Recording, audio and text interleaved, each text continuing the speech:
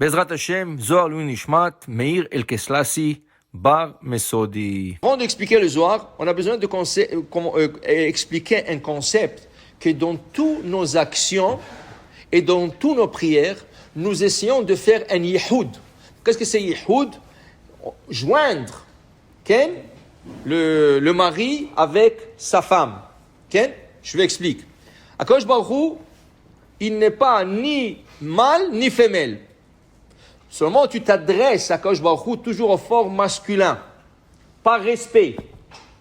Tu t'adresses jamais à une fille, à une femme. Alors, quand tu parles à Akadosh Baruch Hu, tu parles en forme masculin, par respect. Alors, tu dis Baruch Ata Hashem. Et tu dis pas Baruch At. Parce que c'est pas tsniout de s'adresser à Hashem en forme féminine. Alors, on dit Ata. Mais Hashem est ni homme, ni femme. Mais dans la métaphore qu'on donne à Hashem, on le considère comme l'homme. Et la Shekhinah, qui est la présence divine, on la considère comme la femme. Nous, dans nos prières et dans nos actions, avant de faire une prière, avant de faire une action, qu'est-ce qu'on dit? Le Shem Yichud, Kucha Berichu HaKadosh Baruch Hu, ou Shrinte et la Shrina, Yichud, par ma prière maintenant, et par mon action, Tefilim, Tzitzit, Mezouza, et Souka, n'importe quoi. Shem Yichud, Kucha Berichu, Shrinte, Betrilo, Ochim, Trilo, Leachada, Shem, Hashem Baruch Hu. On veut unir le nom d'Hashem. Le nom d'Hashem, c'est Yud-Ke, Vav-Ke. Yud-Ke, c'est le côté mâle, Vav-Ke, c'est le côté femelle. Alors, nous voulons faire l'union, Yud-Ke, Vav-Ke. Okay? Toutes nos prières, toutes nos actions. Dit le Zohar ce matin, dans ce cas, celui qui accomplit pas la Torah, ou il fait des péchés, qu'est-ce qu'il fait? Au lieu de faire Yehoud, il fait Péroud. Péroud, c'est la séparation. Pourquoi? Dès qu'il y a un péché, la Shekhinah et Akadosh Baruch Hu se séparent. Et là, il a fait le contraire, ce monsieur. Au lieu de faire union dans le ciel, il a fait une désunion dans le ciel.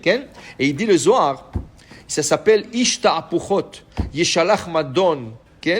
Alors il dit ici, Vai leinul chayavaya d'avdin peruda de'ela, malheur à ceux chayavim qui font perud le'ela. Maintenant, il dit, mais ceux qui font tchouva, ils remettent tout à leur place. Celui qui fait tchouva, avant il était dans le mauvais chemin. Il faisait péroud. Ça veut dire il séparait. Maintenant, en faisant tchouva, il est en train d'unir, de faire une union de tout ça. Alors c'est pour ça qu'il dit Valda tanenan. Et là-dessus, on dit Rabbi Shimon bar Yochai, Atar de baalei tchouva yatve, tzadikim gimurim lo yatvebe. Dans la place où le baalei tchouva s'assoit, le grand tzadikim ne se tient pas là-bas. Pourquoi? Parce que le tzadik, qu'est-ce qu'il a fait toujours? L'union. Le rachat, qu'est-ce qu'il faisait? Séparation. Maintenant, il répare tout. Alors, il a une grande place dans le Gan Eden parce qu'il est en train de faire une grande chose, de ramener tout ce qu'il a séparé, de ramener ensemble. Dit le Zohar.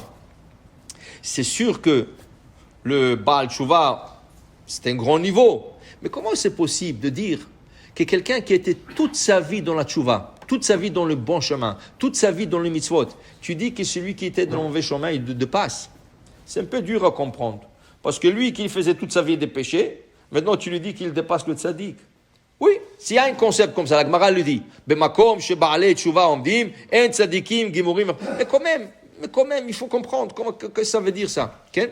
Alors il dit, c'est sûr. C'est lui qui vient maintenant faire des tikkuns et mettre tout ensemble, il a un grand niveau. Mais le Baal Tshuva, il peut faire le yichud dans le monde, dans la sphère du ciel, dans le ciel. Ça, c'est le yichud qu'il fait. Mais le tzaddik, il fait plus que ça. Le tzaddik, il a toujours fait le yichud.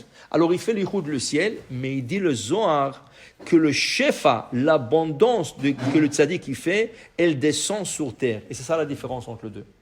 Le Baal Tshuva, il fait yichud. Maintenant qu'il a tout séparé, il fait tout ensemble. Mais le tzaddik, pas seulement qu'il fait l'yichud, il fait descendre l'abondance du ciel sur terre. Et c'est pour ça qu'on trouve dans le Talmud qu'il y avait des grands tzaddikim, des grands tzaddikim. Ça veut dire qu'ils étaient toujours tzaddik, qu'ils emmenaient tellement d'abondance au monde que le monde en entier se nourrissait grâce à ces tzadikim. Eux, pas nécessaire qu'ils avaient d'abondance. Par exemple, la Gemara dit, Rabbi Hanina ben Dosa, il était pauvre. Il n'avait pas quoi manger. Il mangeait de vendredi à vendredi. Qu'est-ce qu'il mangeait? Une marmelade de caroube. Une marmelade de caroube. Ça veut dire une cuillère, il avait une marmelade, il n'avait pas de moyens. Il prenait le caroube qui poussait dehors, il prenait le caroube, il écrasait le caroube, il faisait une marmelade de caroube, et vendredi, il mangeait l'Ichvot Shabbat, une cuillère de marmelade de caroube. Mais dit la Gemara, le monde en entier tenait sur ce tzaddik. Le monde en entier, il tenait sur ce tzaddik. Parce que lui, c'était le tuyau. Comment on dit un tuyau en hébreu? Tsinor. Regardez, quand on fait la prière de la Parnassa, qu'est-ce qu'on dit? Kamur poteach et yadecha umasbiya lechol chai ratson. Akadosh Baruch Hu, vous ouvrez vos mains et vous donnez à chacun ratson, ce qu'il désire, ce qu'il veut, ce qu'il a besoin. Okay? Ratson, c'est le même lettre de tsinor. Ça veut dire que quand on prie pour la Parnassa, tu ne pries pas rien que pour toi. Tu veux être un tsinor, tu veux être le tuyau à travers lequel Dieu va envoyer une abondance dans ce monde. Alors quand tu dis potach et yadecha, j'ai besoin, oui, mais je veux aussi emmener le shefa dans ce monde. Alors tzadikim, qu'est-ce qu'ils font? Eux, ce sont le tuyau d'Akadosh Baruch Hu. Akadosh Baruch Hu envoie la parnassa à travers eux. Des fois, regarde, le tsinor. Si tu envoies de l'eau dans un tuyau, qu'est-ce qui arrive? L'eau va du côté A au côté B, et sort du côté B pour irriguer un champ, pour donner de l'eau. Mais dans le tsinor atzmo, dans le tsinor lui-même, il ne reste plus d'eau. C'est ça le tzaddik. Des fois, le tzaddik lui-même, il n'a pas de parnassa. Mais il a emmené l'abondance dans le monde. À travers lui, l'abondance est venue. Rabbi Chaim ben Dosa a été un tsinor. À travers lui, le monde en entier a été nourri, mais lui-même, il n'avait rien. Un carouve. Mais il a dit, pour lui, c'était suffisant. Pour dire, c'est ça la différence entre un tzaddik et un Baal Tshuva. Baal Tshuva est en train de réparer tout ce qu'il a cassé, tout ce qu'il a séparé, tout ce qu'il a fait du mal. Mais le tzaddik est en train de s'occuper des autres. Pas seulement de ses péchés. Le Baal Tshuva est occupé de ses péchés. Qu'est-ce qu'il a fait pour réparer? Le tzaddik n'a jamais fait de péché, il n'a pas à réparer. Alors qu'est-ce qu'il a? Il a à emmener une abondance. Alors le Baal Tshuva, il dépasse le tzaddik, mais le tzaddik, il dépasse aussi le Baal Tshuva en faisant les shefa dans le monde. Baruch Adonai Le'olam. Amen ve Amen.